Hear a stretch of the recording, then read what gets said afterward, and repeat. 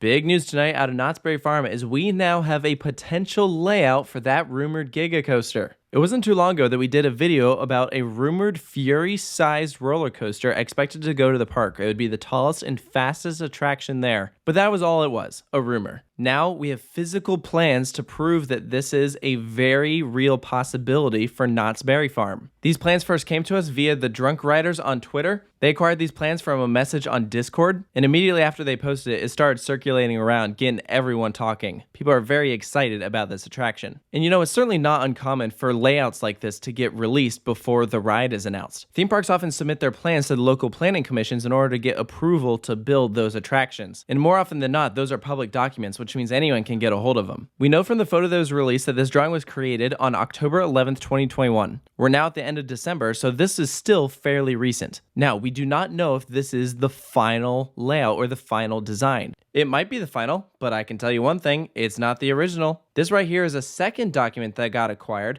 and check the date. Back in May. You can kind of see how this original version kind of morphed into the version that we have now. Super interesting, right? Completely different location and layout. But because we know this version is outdated, I'm not really going to discuss it in this video. I'm just going to focus on the most recent design. And what's cool about it is it fits in line with every rumor we were discussing in the last video. This just happens to really show us what exactly Cedar Fair has in mind. So let's take a closer look at these plans. The ride entrance is going to be located in Ghost Town. Some of the nearby attractions include Ghost Rider and the Calico River Rapids. And the ride is going to have its own dedicated plaza, which will be right around here. As you can see, this ride is very much on the edge of Ghost Town. It is not going to impact most of the area, which is, I know, something that people were really worried about. Would it disturb Ghost Town? Well, it looks like the answer is going to be no, which I think is awesome. This ride is primarily going to stay in the parking lot, and they're going to have to do a lot of reconfiguring in order to make this ride work, which is not anything we haven't seen before. When Carowinds built Fury, they reconfigured everything. The parking tolls, that front parking lot, the front gate. Knott's isn't going to have to redo quite as much as Carowinds did, but we are going to have to see a new parking toll booth as illustrated on this design. One of the first things that stands out to me is that because of the position of the lift hill, some of the supports are actually going to have to go through a building. That's even specified right here. We can also see that because of where the lift hill, drop, and first turn are, that this roller coaster will have a bigger drop than lift. That drop is going to go straight into a tunnel underneath the road. That means when you're parking at Knott's Berry Farm, this roller coaster is going to be the first thing you're going to see. There will be several moments when the roller coaster will pass over the road, which is something that you also get with Ghost Rider. You can see here how they'll have to reconfigure a lot of the parking lot. They'll have to remove lots of spots, probably just replace it with grass. This ride will also pass really close to the Knott's Berry Farm Hotel and then pass over another road. This is Grand Avenue that goes right alongside Knott's Berry Farm. This park is landlocked, by the way, if you didn't know that. There's roads on all sides. There happens to be another parking lot over there kind of used as overflow that the turnaround is going to take up a small portion of. It is very much giving me Shambhala vibes or something like Goliath at Six Flags Over Georgia. That's going to be a very cool turnaround. But you know, as awesome as that turnaround is going to be, I don't think it's going to be the best part of the ride. It might be one of the most forceful, but it's going to be tough to compete with this ride's first drop, which happens to be bigger than its height. Knott's is really going all out for this one. The height is expected to be around Fury's size at 325 feet, and the drop is expected to be 347 feet because of a tunnel that goes under the road. That makes it B&M's tallest Giga yet. And that alone is crazy to think about. I remember wondering if they were ever going to build a ride the size of Fury ever again, and here we are. Fury West Coast is the thing.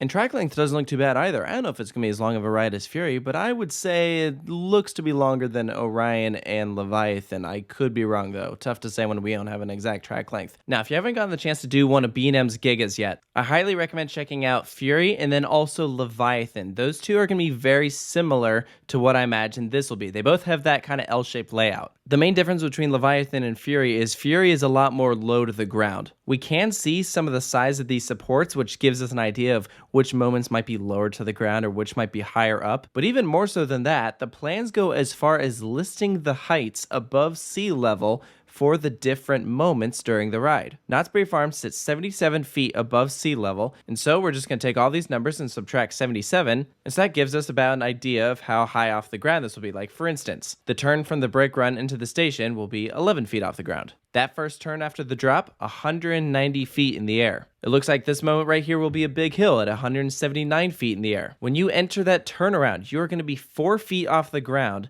and at the highest point of that turnaround, you're going to be 140 feet off the ground. That means you are spiraling uphill, gaining 136 feet as you go. That is going to be intense. After that helix, we have a 63-foot height. You cross the road again at 105 feet. When you do that smaller turn up against the bigger turn, it's 72 feet in the air. And then when you hit the brake run, you're about 44 feet off the ground. Gotta love B&Ms and those huge brakes. So for the most part, this ride does stay fairly low, much like Fury. So I would imagine those elements will be made up of speed hills, a couple camelbacks, maybe an outer bank or two, kind of like that hill on Orion. Definitely going to be some fun floater hills here. Knott's Berry Farm doesn't have a traditional B&M style hypercoaster like a lot of parks do. Their airtime-centric ride is Ghost Rider, but they don't have a steel coaster that really focuses on something like that. So jumping straight to a Giga is going to be awesome. This ride is going to tower above the park. But just something to keep in mind. First, this ride has to get approved. That's why documents like this get submitted to planning commissions in the first place. Assuming the neighbors of Buena Park don't have a problem with it, which, I mean, will be interesting to see. I know that they do have a big problem with noise,